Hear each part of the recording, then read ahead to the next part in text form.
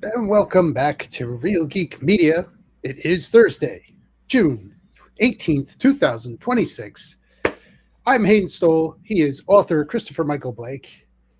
America 250 is right around the corner, and we have the patriotic, the American flag waving, we'll do the Ric Flair spiel, limousine riding, jet flying, Rolex wearing, kiss stealing, Team America World Police review for today. How poignant. Before we get into it, Christopher, how are you? Hayden, I'm pleased to see you're wearing your white trash T-shirt here. I'm very impressed today. Listen, it's hot. It's hot out, man. Look, what this world really needs apparently is puppet sex. And I mean, who can argue? Who can argue with this? I mean, we have the Film Actors Guild, we have the puppets, we have violence, we have karate, we have karate, and Matt Damon, and we have a soundtrack. Yes, we have a soundtrack that is tremendous. Do you know how many times he says "fuck yeah" in that whole song? Can you recount the last time or the first time that you saw this? I can, but do you know how many times he says "fuck yeah" in that song? How many? 37. Love it. Love it. I mean, listen, it's American. We throw it around like crazy here. Team America, World Police. The first time I watched this film, I was crying. Like, it was hilarious to me. And the scene that did it in, and I mentioned this a couple weeks ago, was the scene where Gary throws up at his truck at the bar and he just keeps throwing up. And keeps throwing up, and it's just an absolute mess. This is a great movie. Did you know that that's not all puppet in that scene? That's actually Trey Parker laying in some vomit. Oh, is it right? Fake vomit with fake legs to make it look like, yeah. So as it goes up, great. yeah. That's great. Yeah. But I got a lot of questions about this movie. I love it. Finally, a good movie after Piranha 2, and I can't tell what Mandalorian, that piece of shit. Yes. Finally, a good movie to watch. And it wasn't long. I mean, I could have sworn this came in at about hour 40. I mean, hour 35, hour 40. Yeah. It's like in and out. I was like, okay, it's a sweet spot. We're good to go. Yes. Didn't leave you about you wanting more, but it's okay not to do that. Not to do that. Yeah. So go ahead. This is drawing inspiration from, I don't know if you recall, the Thunderbirds show back in the day, puppet related action adventure, right? So this is like the South Park creators take on that, and we have Team America World Police. What did you think of the opening sequence? It had a message to it. Yeah. And the message is that, well, it's twofold. No matter what America does when they go into these foreign countries, they will fuck it up. Right. That's the message throughout, right? Because they do the 5,215 miles away from America, right? You see that little caption throughout the film. Yeah. And then the second one is, even if America's best intentions are to go in there and save these people from terrorists willing to blow everybody up, they will still be hated more than the terrorists.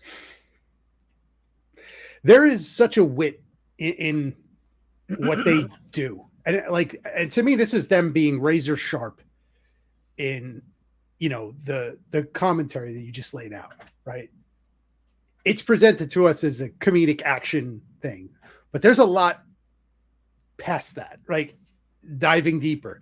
When they land the plane in the opening scene, they're crashing on the market. They're blowing dust everywhere. They're wrecking the entire place. Tower, they blew up everything is destroyed in their wake.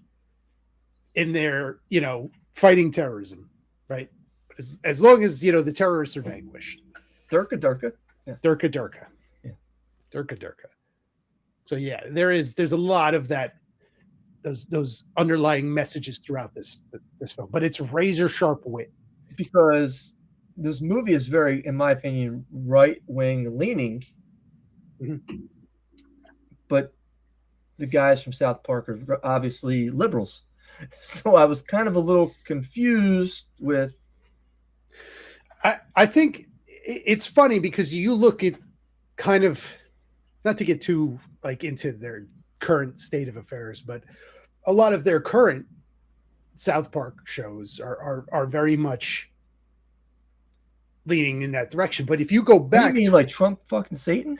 right, so you look at this 2004, Yes. you know, everybody's getting, hit on this. Everybody is taking shots on this. It's there is nobody that is immune to being ridiculed in this movie.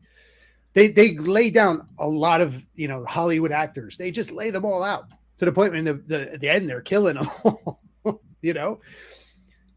And it's funny because some of the messages that are there that the Film Actors Guild is standing for are things that they're kind of for today, which is really interesting. I found that I was like, oh, that's kind of interesting. And here they are, they're getting mowed down left and right because they're aligned with the terrorists. For me, it's a lot less than that. I don't think Trey Parker and Matt Stone ever gave any president a pass. No. So I don't think it's a Trump thing. I think that No. they may not like him as much as, say, Obama, but they ridiculed Obama too. Sure. Bush. So, I'm not. Biden, they did the same thing to all these guys. So I'm not. Yeah. They are. That's the beauty of kind of what they do is nobody is safe, and that's how it should be. Everybody should get it. Everybody should get it. And in this movie, everybody does. Yes. Yeah, they do. My favorite scene of the whole opening sequence is where they're getting ready to square off, and then the two puppets are doing that. Yeah, I can do it so well. It's like that's how I fight. It's terrible. It really is, but it's so funny because it's so good. Yeah, because you see them and you're like, oh, I want to see them exchange punches, and it's like, yep. And this is what we're in store for the rest of the movie is stuff like that, awkward things where they're not accurate with their hands, but it makes it's great. For the film. It makes it funny, makes it interesting. Yes, it's absolutely great, absolutely great. And it's just it hits that very, very, at this time, America policing the world, right? We're there, we're Big Brother, we're taking care of all these terrorists and things, and even the characters are very like, you have the football quarterback, you have the karate master guy from Detroit.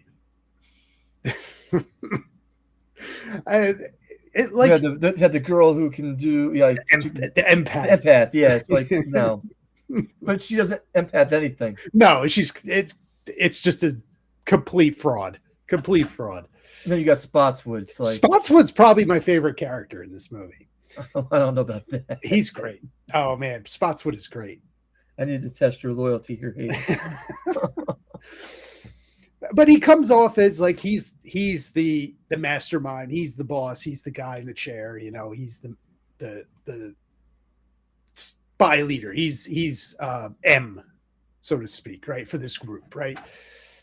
And we lose one character right off the bat, the love interest, Carson, and Gary is essentially his replacement. Gary's an actor. Gary is not a spy. Gary has no skills.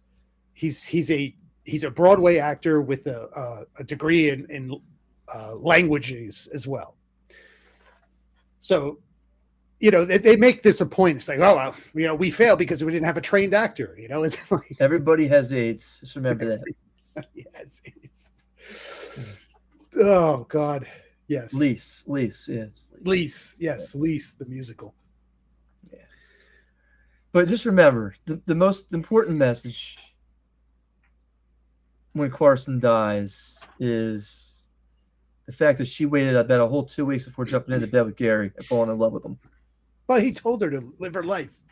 Oh, absolutely. And she did. And she didn't want to do it. She was trying not to get attached, right? I guarantee you she ain't bang him like that. Oh, God. But that scene was a riot. An absolute riot. Never before has that ever been shown. And never again will it. It was just an absolute laugh riot. And just dying. Absolutely crazy. The amount of time it took them to set up the puppets and get them arranged is why we'll never get a sequel for this movie, because it just took them forever. So I can see where they would be like frustrated and almost had a nervous breakdown trying to get these scenes just right to film.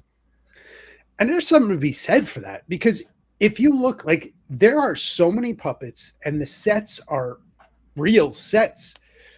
Like the vehicles, all like the weapons and the clothes and the hair and the way the puppets articulate, like there's a lot of detail that went into these things. So I can understand that they'd probably want to ever revisit this, because it was probably just, it would be a nightmare to do it. But the fact that they did it, and they had so many different characters, all different kinds of puppets they had to use, and like the effects too, because lots of puppets die in this, and there's a lot of puppet death. There's explosions, vehicles that not only drive, they transform into jets. There's aerial fights, there's submarine fights, characters that get eaten in Shark Tank. There's live cats. Hans Blitz, yeah. Hans Bricks. Oh, Hans Blitz, how are you doing? There are no weapons of mass destruction here. The Hans Bricks scene is a riot, though. It's a mess. Anything with Kim Jong is hysterical. Oh, he's so good. And that's Trey Parker. Yeah. Kim Jong. He did most of the voices for this whole movie. He did do most of the voices, yeah. Yeah. Yeah, it's crazy. Oh, my God. So, I have to ask, what did you think of Gary's transformation? They're going through the whole, like it's going to be high tech and everything, and all they did was they put some facial hair on. Right? I mean, another tremendous gag, right? Because they set it up like he's in this chair. There's a computer. There's a facial scan. They have all these high-tech equipment, only for him to have strapped down and everything. Yeah. And they're like fully in scrubs and, ready to go. So you're thinking, oh my God, like they're going to do like plastic surgery and get this guy. The only thing they do is paint his face and glue some hair on it. And it's a tremendous gag that works so well. Come on, Gary, act. Use your special power, Gary, act. And then they walk in and it's basically the cantina scene. Oh, all right. So when they get to Cairo and Gary has to go through the blue door and get past the guards, and the guards are like pressing him and Gary's not saying anything. And they're like, come on, do it. Please, Gary. And Gary comes back with a bunch of nonsense and he gets past the guards and the whole team is like, whoa, he's good. He's the best actor we've ever seen. He's the best we've ever seen. It's just a mess. And then when they go in, it's the Star Wars cantina. I mean, that's great. That's great. Yes. That's great. Yeah. And he earns their trust so easily, which is another just hilarious thing, right? Like you think, oh my God, the stakes are high. No, he just mutters a bunch of nonsense because that's the gibberish language that they speak. And he's fully trusted. Oh, I like this guy. I'm going to tell you the whole plan. Oh, it's good. It's so good. Did you watch it? I watched it twice because I enjoyed it so much. I was like, okay, all right. This is great. I love this movie. This is so good. No, I only watched it once. Look, And I hadn't seen it in easily probably 10 or 12 years. So Yes. Yeah. it was good for me to rewatch it. I think my favorite parts of this film is when they finally get to Kim Jong's, Yes. The the palace. yes. Gary has to infiltrate this thing, and they got the two team members in the Jaguar pit. Yes. Oh, we got unleash the Jaguars, and the cats come out. And they're just two black cats. And I'm like, Oh, but it's so stupid and it's so silly that it works so well. It works so well because the scale of the puppets and the cats, like it's great. It's great. And as it like in the audience, you're just like, oh my god, it's just another gag that works perfectly. Susan Sarandon, I can tell you're acting. When they go at the end and it's just a literal bloodbath of them killing the Film Actors Guild members. And they're announcing it. Look, it's Ethan Hawke, it's Sean Penn. They're just shooting everybody. It's funny because they had Samuel L. Jackson, right? Yeah. But I think he said Lawrence Fishburne's line from The Matrix. Oh, did he? Yeah. Yeah. Yeah. And it's funny if you've watched the end of the film, like the credits at the end. Yeah. Because I did. It said all those actors do not support this film or their appearance in this film. All of them. And it's funny because I guess some actors, people will come up and shout lines to them at conventions and whatnot. Like, they have to sit there and be like, and we can't forget Alec Baldwin essentially being like just essentially a boss level villain almost in this movie, which is funny. I really don't have a problem with that. I mean, I thought it was hysterical. It is. My favorite of all of them is the guy who doesn't get killed at all. It's Michael Moore. He's at Mount Rushmore. He's up there pointing to the people up there. He's like, they're the problem. They're Peru happened because of them. Well, then he was a suicide bomber that blew up the lair. Yes. Which is, I mean, going back, Michael Moore during that, I guess that time was very prominent about making documentary films. And he's still I love Bowling for Columbine in terms of watching that movie. It's just, because I think it's very well done, the way he lays everything out. That being said, I hate that celebrities come out and pontificate to the average person.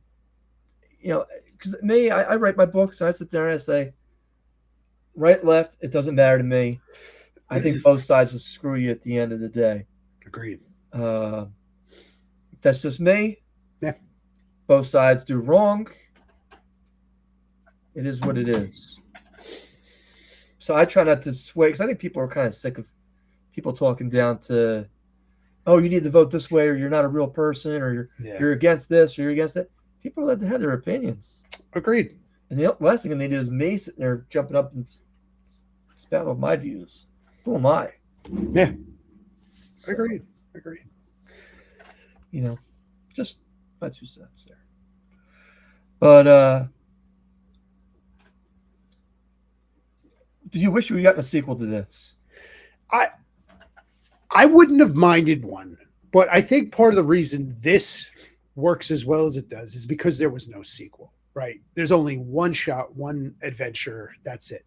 Now, if this was made today, you'd see sequels, you'd see a spinoff, you'd see a cartoon. They oversaturate it. So would I have minded it? No, I wouldn't have minded a sequel, but I'm kind of glad they kept it as one, like a one-off. That's it. This is our puppet movie. That's it. And I really think that it works so well. Like I don't know anybody who really dislikes this movie, right? It's just a good time. It's a lot of fun. It's raunchy, there's action. The humor is great. The gags are great. I mean, it didn't really set the world on fire with the, its box office, but just a fun movie. I know that they got the studio to make this because when they pitched the idea, they were like, "But we're gonna do it with puppets," and the studio was like, "Oh, that'll be cheaper." Mm. Not necessarily. It really wasn't. I mean, what was the budget? Let me see. I know it made its money back. I believe. $32 million budget, which is high Yeah. for something like this, right? It only made 50 million worldwide, which is not a lot considering the budget. So maybe that played into it. They didn't want to spend more money on. This isn't the kind of film that's going to play well overseas. Let's face it. No. It's a cult. Like I'm sure that, like it developed a cult following. DVDs and lived and got legs there. But what about you? Did you want a sequel for this? Absolutely. I mean, I wanted one right there and then. Yeah. I was like, give it to me. So yeah, I really enjoyed this movie though. Did you see them coming back to it? Because I feel like we're almost at a point in the world where they could do something like this and it would feel a little relevant. I'm going to say that I would rather see a South Park movie. Yeah. Just my 2 cents. I think that they would rather do that. Yeah. I mean, we've had a couple of those already. Yeah, they have, but South Park is still on TV. They're still doing episodes during their season, like every week, every 2 weeks. I think they get a bigger audience at the box office for that than something that was 22 years ago. Yeah, true. The ship has sailed. Just again, my guess there. Final thoughts there, Hayden? Absolute classic. If you've never seen it, watch it. It's great. It's so funny. It's unlike anything you've probably seen.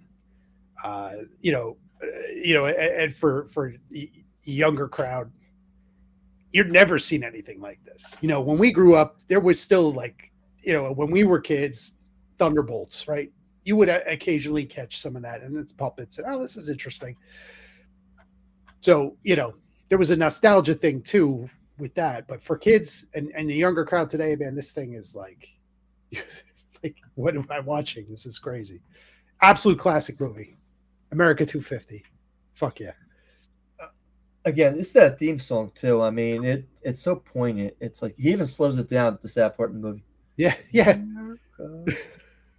Fuck yeah. And they speeds it up and it's like, okay, it's for any mood. Without a doubt. You ready for box office? Ready. All right, Hayden. We had 4 movies on the slab. First one was The Mandalorian. You said 75. I said 80. Actual retail number, 81. Squeaked one out on you there. Second one was The Breadwinner. And we both went over on this one. I said 23. You said 20. For as much airtime as they gave this, dismal. 7 million. Ooh. Yeah, that's not a good. That's a wrap. Yeah. No more movies for you. Or you're going to be a side character. You're not getting your own film anymore. They got to do like a Hangover or something with him. I could see that. I hate to say that, but I could see that. Like a cleaned up version or something. Yeah, where he's not the main guy. He's like one of the 2 or 3 friends. I could see that. I'm the same. Then we go to Masters of the Universe. I said 60. You said 70. Hayden, 29.3. What a bomb. What an absolute bomb. You said you liked it, though. I didn't see it. Oh, I thought you were going to go see that. I wanted to. I didn't get there. But right. I was very interested in seeing it. And then it just kind of, other things. Life happened. You didn't get to the theater. Okay. But yeah, I was very surprised to see how low that was. Came in number 2 at the box office that week. The next one outshined it. That was Scary Movie. I said 40. You said 35. Actual retail number, Hayden, $55 million. People were excited for some Scary Movie. I'm more excited that I get my belt back. I walk out of the cage. All right, listen, do the Ric Flair. 3 out of 4. Come on. Woo! Yeah, absolutely. I got to remember, people are, Yeah, listen, it's the hour's late, but there's still enough time to woo. always time to woo here. Always. I'm just because we went on like a 4-month streak here. Was it that long? Oh, it wasn't your longest. I know that.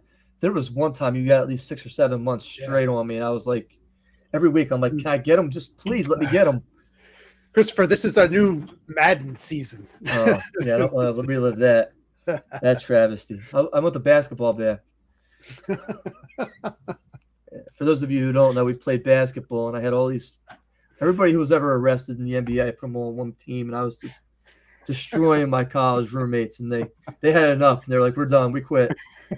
I was like, you can't quit mid-season, we're not in a lockout. They did on me. I lost 4 straight. I'm worse than the Bills. 4 straight Super Bowls I lost. Ouch. Terrible. Yeah. But we got 3 movies this time here, Hayden. Okay. What do we got? First is Supergirl. Mm-hmm. And oh boy. Supergirl.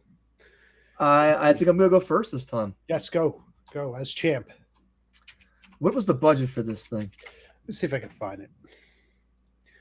170 million. That is a hefty budget. I don't see them making that back. I'm gonna go. What Disclosure Day made? 92 last week, and that did not get great reviews either. It's wild, considering the reviews. Oh, jeez. Does anybody actually want to see this party girl running up and down trying to save people? I don't think anybody does. That's just my guess. I might give you the layup here. It's either I'm going to be right on or I'm giving it up too easy. 54 million. 54, man. I feel like that's a pretty good guess.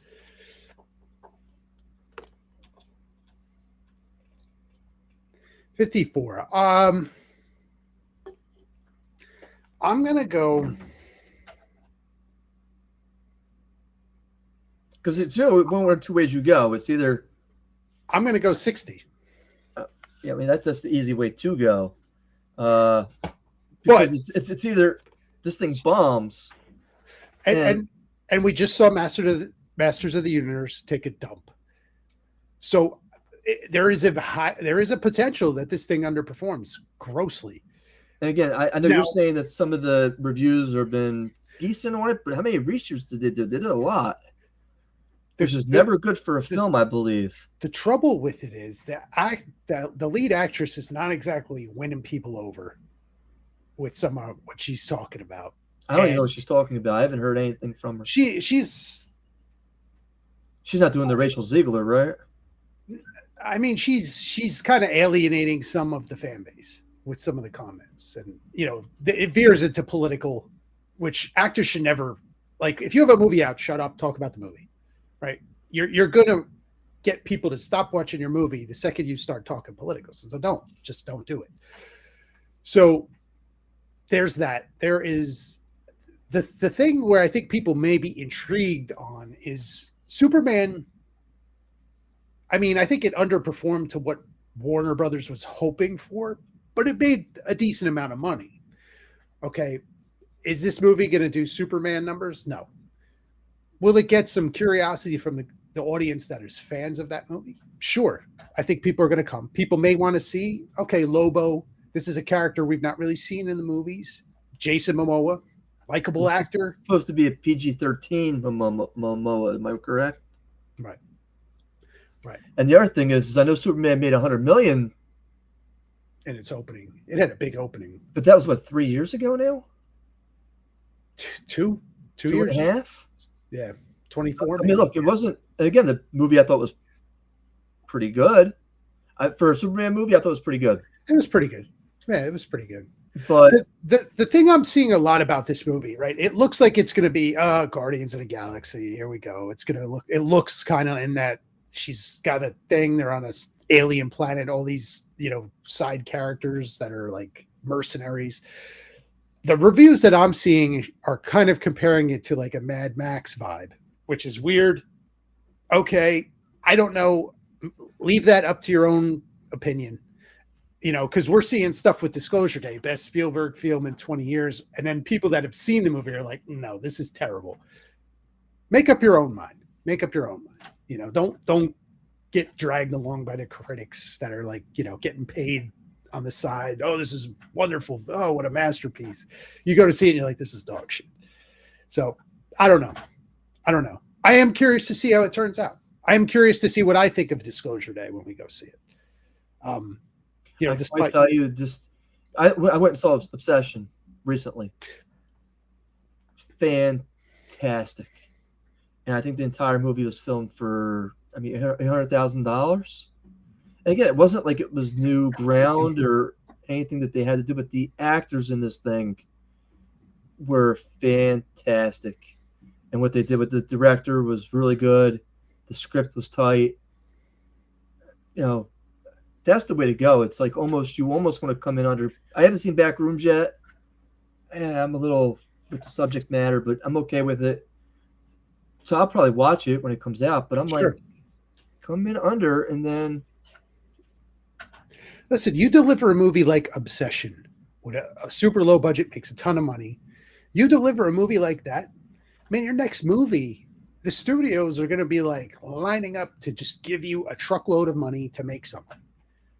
And, you're going to get a huge increase in profit or, your whatever your fee is, right? You deliver a movie like that where it makes the studio a ton of money. I mean, his next feature, that director of Obsession, was his name, Curry Barker. Like he's got, who's in that? Aaron Paul from Breaking Bad is going to be in it.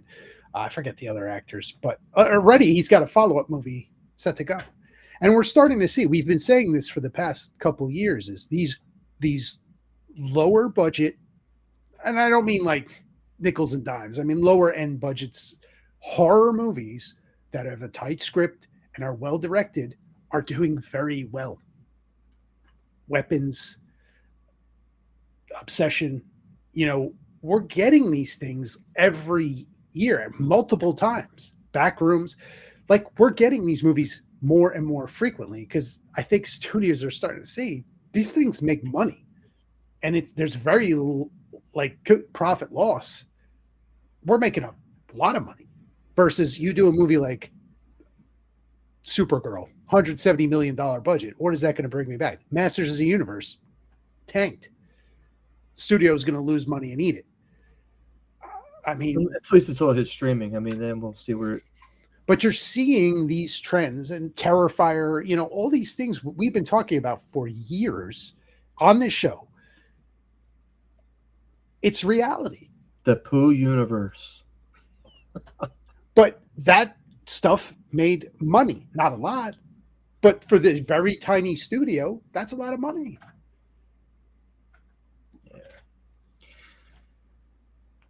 Second movie up here, Hayden. I'm gonna let you go first here, and then I'll finish this off here. There's only 3 movies. Okay. Releasing the same week as Supergirl, so this weekend coming up.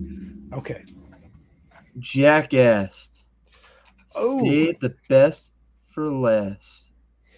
Best and last. I'm sorry, best and last. Okay. Jackass.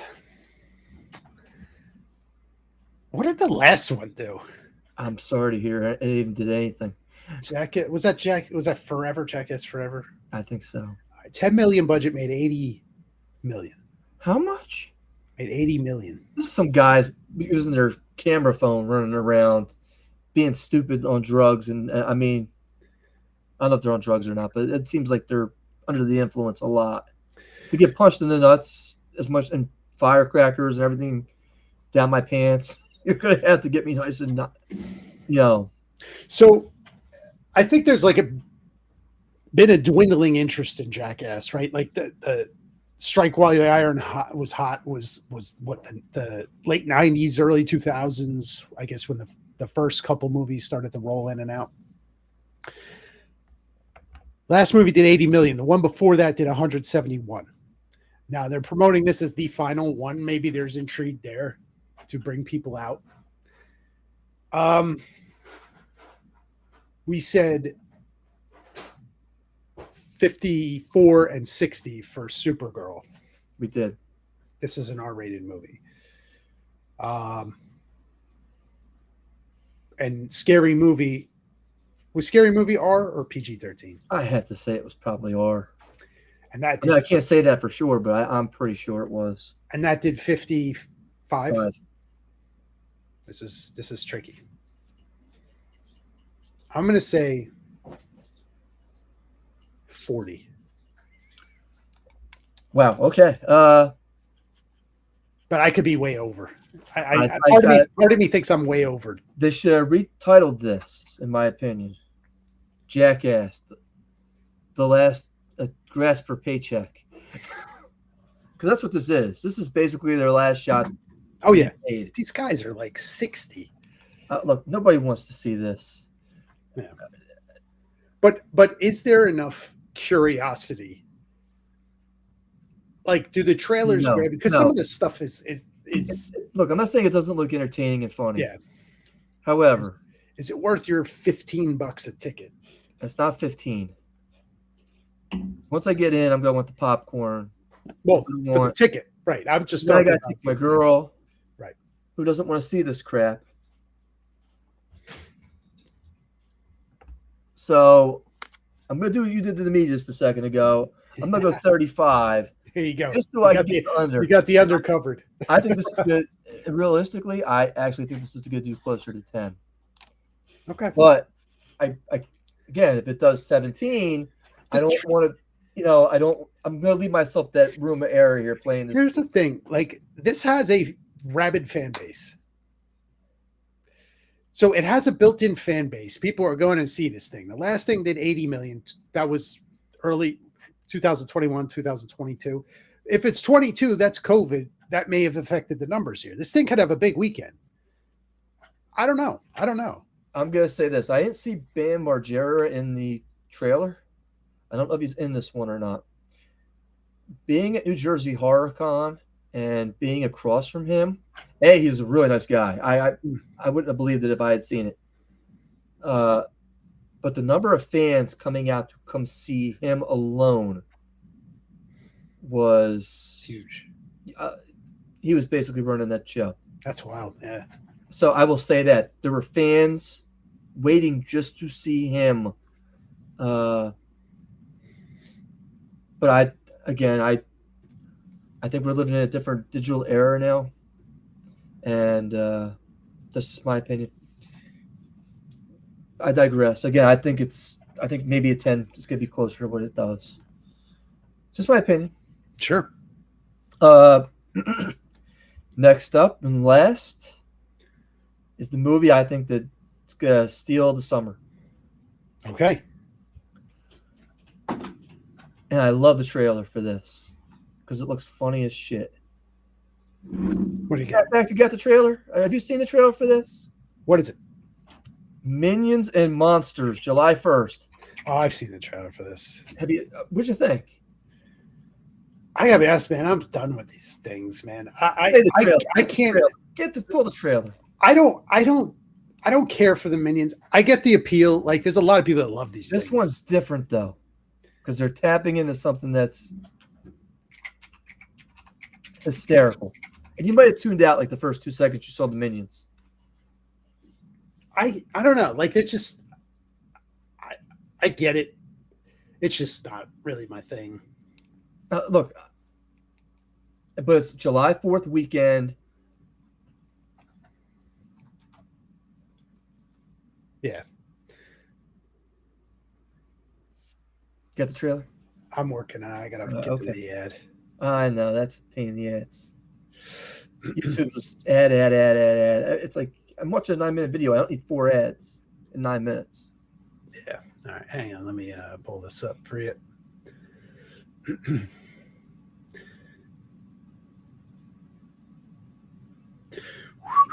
Because I would normally agree with you. Like, they've done everything they could do with this franchise at this point. But this one looks hysterical.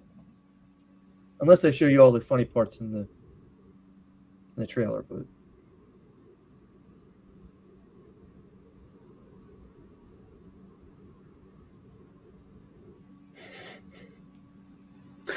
So, okay. you can't play it? For There sure. it is. Here we go. Okay. All right. So, okay. Let me hit the button and we'll move on. The minions are back with a touch of mystery. Baby. Oh, Humphrey.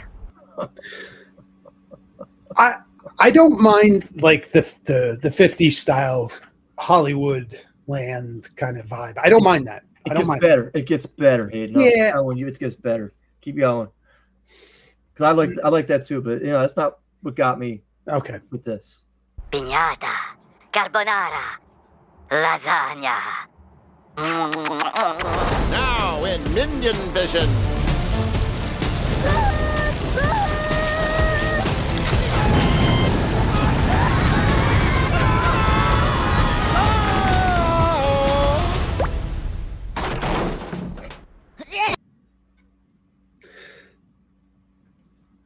Still not getting me. No, that didn't. Didn't.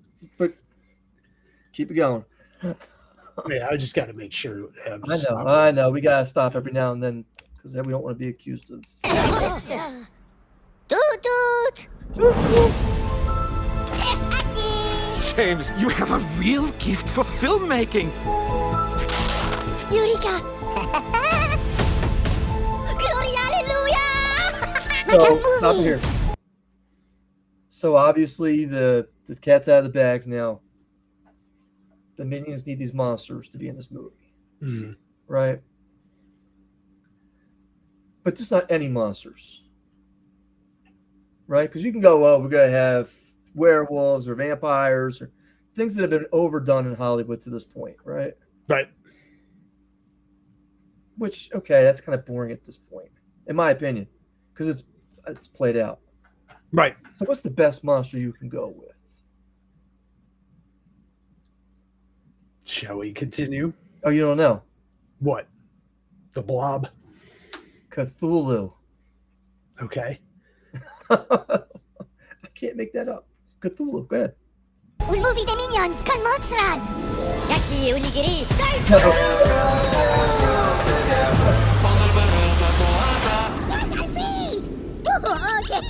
I'm Gary Orcam Oliver Magma Ichabod the Deceiver. But my friends just call me Goombie for short. I know the perfect monsters for your movie. Let's go.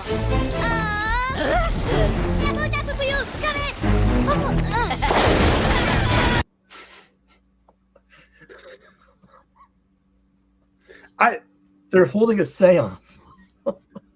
I guess. I don't know, man. Like it still just doesn't hit for me. I know I'm going to see this. I have to go see this. Yeah. Like I would watch this without my daughter because I hated the last one. But the thing with these movies is there's a huge following, right? Oh yeah, massive. And you can take your kids to go see this. Yeah. And as an adult, you can appreciate. Yeah. Agreed. In the way, yeah, it's that's very, very true.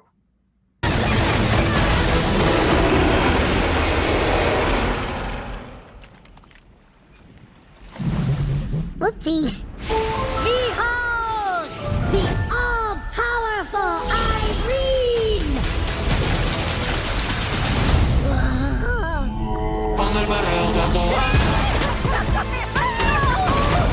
She is gonna destroy everything on the planet!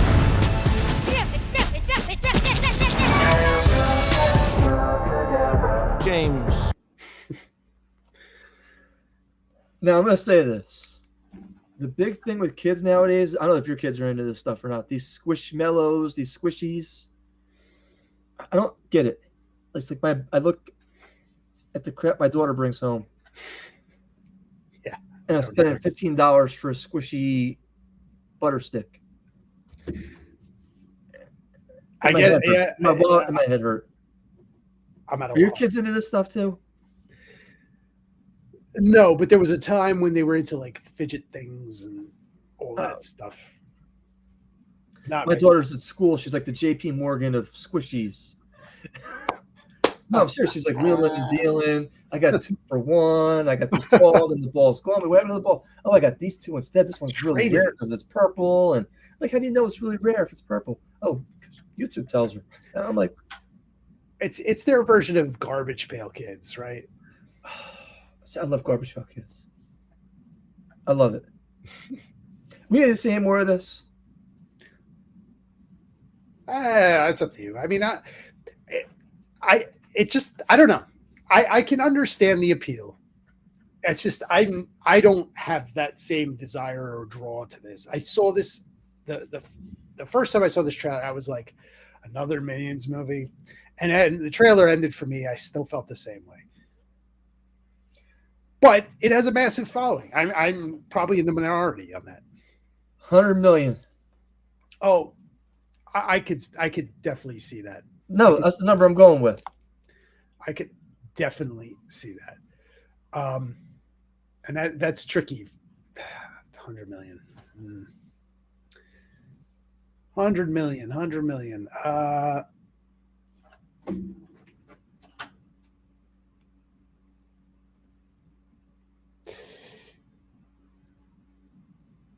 $90. But I think it's going to be. You made a mistake not going over, to be honest with you. Yeah. I Yeah, think I you probably got that. did, but You got honestly, I think I have personal feelings where I'm like, no, screw this movie. It ain't going over $1 million. But you're probably right. Again, because you got the extra day because of the Yeah, holiday, and true, you want to get the kids out of the sun, and okay, let's go to the movies. So, true, very true. Hayden, what's up next? Disclosure Day in 2 weeks. It's the movie that we already know everything about, what's going on. I have a commentary about that, but I think I will save it for our next show. Yeah, I'm curious to see how I feel about this movie. I really am. For me, it's not even about the movie. It's more about what's going on in the news and everything else. Agree. Speaking specifically to Spielberg, and I'm not make this a long rant. It's like, but when we reviewed Munich, to me, Munich was the last movie he made where he actually had something to say. I don't know. I still feel that way. I didn't see the Fablemans because I have like basically zero interest in watching that movie. What'd you say? Fablemans. That's the one he did like 2 or 3 years ago, which was acclaimed, and it's just, I guess it's almost like autobiographical for him and his like, you know, his love of movies as a kid, and you know how he got into filmmaking. I'd give it a watch once maybe, but I'm not at that point where I got to watch the Fablemans. You've watched Megalopolis at this point, Hayden. I've watched enough clips of Megalopolis, and the genius that is in that movie. There's some stuff in there that is tremendous. Okay. Tremendous. I'll have to take your word for it. I'm not there. But we talked about that very briefly at one point, where some of the line deliveries and choices in that movie are wild. Yeah. But 2 weeks, join us for Disclosure Day. We will be right back with some news. Christopher, any parting words? Geez. America. Fuck yeah. America That's all I had to 250. say. Yeah, I mean, look, that's really all I had to say is we also have a special guest coming up on our next segment, so you don't want to miss that one. Tune in. Come on right back. Yeah. Thank you guys for joining us. Give us a like, give us a subscribe, and we'll see you in 2 weeks. Coming back with the news.